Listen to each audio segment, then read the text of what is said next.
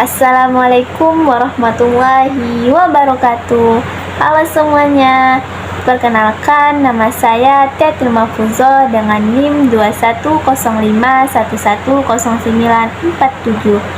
Saya merupakan mahasiswi dari Universitas Riau di Fakultas FKIP pada jurusan PGSD. Nah, di sini saya akan membuat video mengenai sejarah kue khas Melayu Riau, khususnya pada Kecamatan Kubu Babu Salam, Kabupaten Rokan Hilir. Nah, di sini saya mengambil kue khasnya itu mengenai kue uwo-uwo. Nah, pada penasaran kan apa itu kue uwo-uwo? Bagaimana sejarahnya, bagaimana proses pembuatannya? Untuk lebih jelasnya, yuk nonton video saya. Bye-bye. Disinilah tempatnya kue khas Melayu yakni kue uwo-uwo. Tempatnya di Provinsi Riau, Kabupaten Rokan Hilir, Kecamatan Kubu Babu Salam, yang diperkenalkan atau disejarahkan oleh orang tua pada zaman dahulu. Pertama kali kue ini dibuat oleh orang tua zaman dahulu, yang dimana mereka terinspirasi dari sebuah adonan tepung. Kue ini biasanya dibuat setiap bulan puasa, tetapi kue ini sudah banyak dikenal oleh masyarakat Melayu Kubu dan tidak lagi di waktu bulan puasanya saja, tetapi di lain hari juga bisa dibuat. Pada zaman dahulu, proses pembuatan kue ini menggunakan kayu api sebagai api yang akan menguapkan air. Tepungnya menggunakan tepung ketan dan tepung segitiga biru dengan dibentuk berbagai variasi seperti bunga atau kerucut dan divariasi isi di dalamnya seperti gula pasir atau gula merah. Dengan seiring perkembangan zaman, kue ini dibuat dengan menggunakan proses penguapan melalui kompor gas, serta varian rasa warnanya pun sudah mulai bervariasi, bisa rasa coklat, durian, keju, dan lain-lain.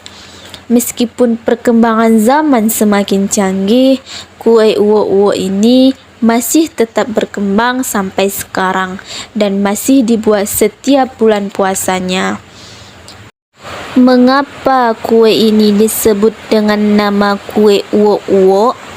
Karena di dalam proses pembuatannya menggunakan uap air, yang dimana bahasa Melayu Kubu uap itu adalah uwo. Jadi terbuatlah nama tersebut menjadi kue uwo-uwo, yang berarti kue menggunakan proses penguapan air. Oke teman-teman, lanjut ke proses pembuatan kue uwo-uwo. Next. Untuk bahan-bahannya ada kelapa parut, ada gula pasir, ada tepung segitiga biru, ada tepung ketan, dan ada daun pisang. Di sini daun pisangnya dibakar. Daun pisang ini digunakan untuk alas adonan. Mengapa dibakar? Agar saat pencetakan mudah dibentuk. Nah, sesudah dibakar, daun pisang ini akan dibentuk sesuai cetakan adonan yang ingin disesuaikan nantinya. Nah, inilah hasil dari cetakan adonan. Setelah itu, bersihkan alas tersebut. Setelah alas adonan dibersihkan, masukkan alas adonan ke dalam pencetakan. Untuk takaran tepung ketan dan tepung segitiga biru itu kisaran 1/2, 1 kilo tepung segitiga biru dan setengah kilo tepung ketan. Nah, masukkan sedikit garam sebagai perasa. Ambil sedikit air, lalu cuci tangan hingga bersih, karena kita akan membuat adonannya. Untuk mengaduk adonan, gunakan air biasa agar adonan itu tercampur dengan merata.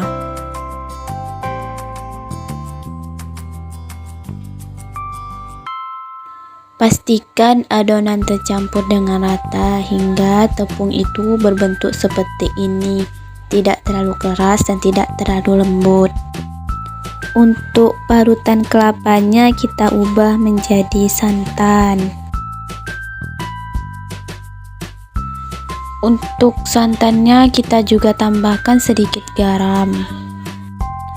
Tambahkan juga sedikit tepung segitiga biru, sekitaran 2 sendok setengah. Aduk hingga tepung yang di dalam santan tersebut tidak berbentuk gumpalan lagi. Selanjutnya kita memasuki proses pembuatan adonan yang unik. Di sini saya memakai yang berbentuk bunga.